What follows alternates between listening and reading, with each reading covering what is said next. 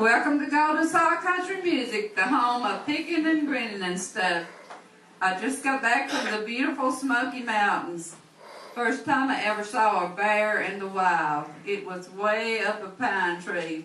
Everybody was out of their cars making pictures.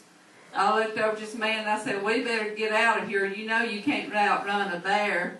He said, "I don't have to outrun the bear, I just have to outrun you."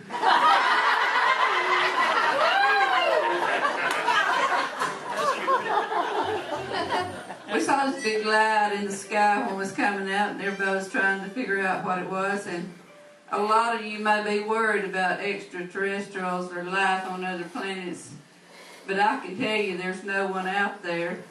If there had been, we'd already been sending them foreign aid.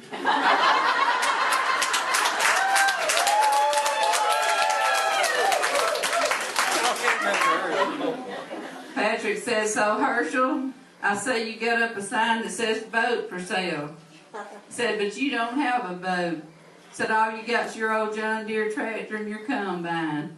Herschel said, "Yep, and their boat for sale."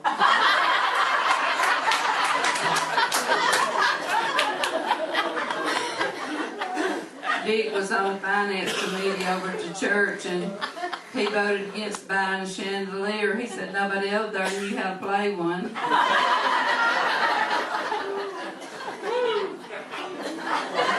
Ray has lost all confidence. Y'all notice he's got on a belt and suspenders.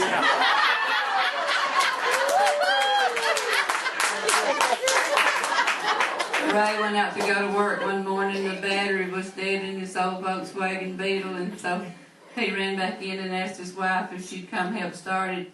He said, "You take the other car and give me a push." He said, "You'll have to get up about 40 miles an hour to start it because it's automatic."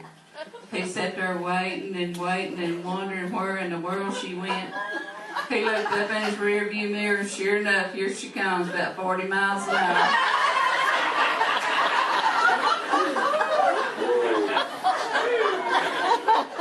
I asked Orville why he was wearing just one spur.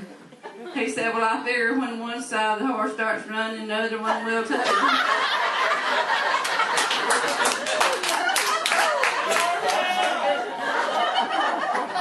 Wayne, I appreciate you waking this crowd up before I got out here. Wayne walked into the bank and said, "Pardon me, I'd like to talk to the fellow who arranges loans." The guard said, "I'm sorry, but the loan arranger's out to lunch." Wayne said, "Well, in that case, I'd like to talk to Tano."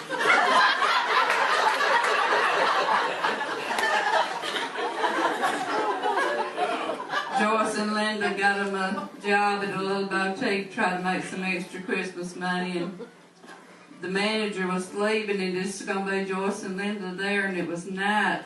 Linda said, "Don't you think it's dangerous for just to be a swimming here at night?" The manager said, "Oh, no." I said, "If anybody strange looking comes in, just warn them that y'all know karaoke."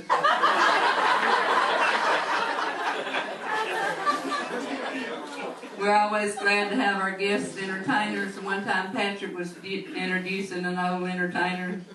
He said he has been on stage, he has been on radio, he has been on television. Said, in fact, he's the biggest has-been I've ever known.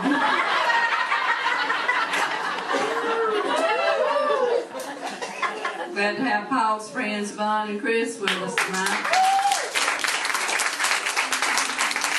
Paul decided he'd go to flight school. He's learned how to fly a helicopter. On his first solo flight, he climbed up to 1,000 feet, and the instructor on the ground radioed, "You're doing a great job." Said, "Take it up to 2,000 feet. Then he climbed to 3,000 feet. The instructor watched in horror as he cracked up about 100 yards away.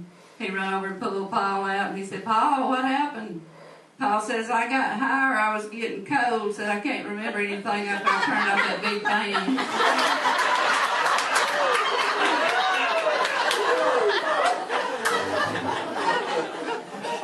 Earl had his prize bull out in the pasture, and one of his neighbors had a lion for a pet. The lion got out and broke into the pasture and killed that bull. The lion ate about half the bull and started roaring real loud. Earl went out to see what was wrong, and it made him so mad that the lion had killed his prize bull, he shot that lion right there on the spot. The moral of this story is, if you're a bull, keep your mouth shut.